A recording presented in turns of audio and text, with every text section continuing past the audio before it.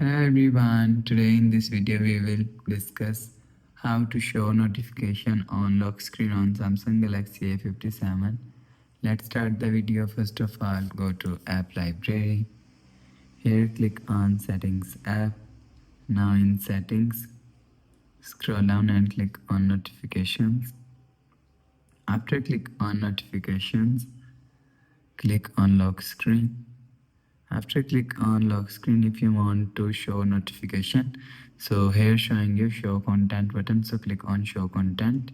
And if you want, so you will select card, icon and dot. If you want to select icons, you will see click on icons. If you want to select dot, click on dot. If you want to select cards, so click on cards. After adjusting, go back to home screen. So that's how you can show notification on lock screen on Samsung Galaxy A57.